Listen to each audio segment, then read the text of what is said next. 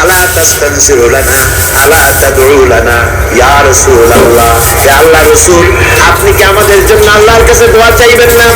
আপনি কি আল্লাহর কাছে আমাদের জন্য সাহায্য চাইবেন না? আমাদের লোকগুলিকে, মুসলমানগুলিকে মারতে মারতে তো শেষ করে ফেলে দিল। তারা আমাদের সুমাইয়াকে মারলো, আমাদের খাব্বাবকে উটের সাথে পায়ের দড়ি লাগায় টানলো, আমাদের খুবাইবকে তারা আগুনের উপরে চিৎ করে শোয়ায় রাখলো, না খায় রাখতেছে, মারতেছে, কষ্টে তো শেষ হয়ে গেলাম। হুজুর, আপনি কি আমাদের জন্য দোয়া করবেন না? হাদিস শরীফে এসেছে, নবীজি উঠে বসলেন সোজা হয়ে। নবীজি বলেন, ও আমার সাহাবী, ও খাব্বাব, শোনো, তোমাদের আগে এই পৃথিবীতে যারা দ্বীনের দাওয়াত দিতে এসেছিলেন তাদেরকে সমকালীন রাষ্ট্র শক্তি, সমাজ শক্তি তাদেরকে ধরতো। ফায়ুখাজুর রাজুলু, তাদেরকে তারা ধরতো। ফায়ুকফারু লাহু ফিল আরদ, আর তার জন্য জমিনের ভিতরে কবর বানাইতো।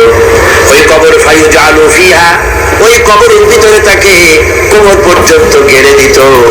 সুম্মা ইউতা বিল মানসার, এরপরে করাত আনতো। ফায়ুদাউ আলা রাসিহি, এরপরে ওই করাত তার মাথার উপরে রাখতো। ফায়ুজালু নিসফাইন, এরপরে করাত দিয়া চিরে জীবিত মানুষটারে দ্বিখণ্ডিত করে ফেলে দিত। মা ইয়াসুদ্দুহু যালিকা আন দীনিহি, ও আমার খাব্বাব, এত কষ্ট দেওয়ার পরেও সেই যুগের কোন মুসলমানকে, দ্বীনের দায়ীদেরকে আল্লাহর দ্বীন থেকে এক চুলও তারা সরাই দিতে পারে নাই, এক চুলও সরাতে পারে নাই। ওয়াল্লাহি, ও খাব্বাব, আমি আমার আল্লাহর নামে কসম করে বলছি, লাইতাম্মান্নাল্লাহু হাযাল আমরা হাত্তা ইয়াসিরা আর-রাকিবু মিন সানা ইলা হাযরামাউত।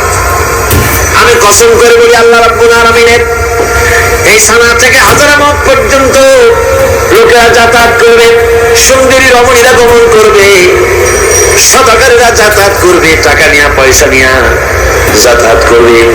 তাদের মনের মধ্যে লুটের ভয়, টাকার ভয়, চুরির ভয়, ডাকাতির ভয়, জেনার ভয়, হত্যার ভয়, ধর্ষণের ভয়, কোনো ভয় থাকবে না। লা ইয়াখাফু ইল্লাল্লাহ, আল্লাহ ছাড়া কোনো ভয় থাকবে না। এমন একটা সমাজ, এমন একটা সময় আসবে, ওয়ালাকিন্নাকুম তাস্তাজিলুন, অথচ খুব তাড়াহুড়ো তোমরা করতেছো। তাড়াহুড়ো করো না, সময় আসবে ইনশাআল্লাহ।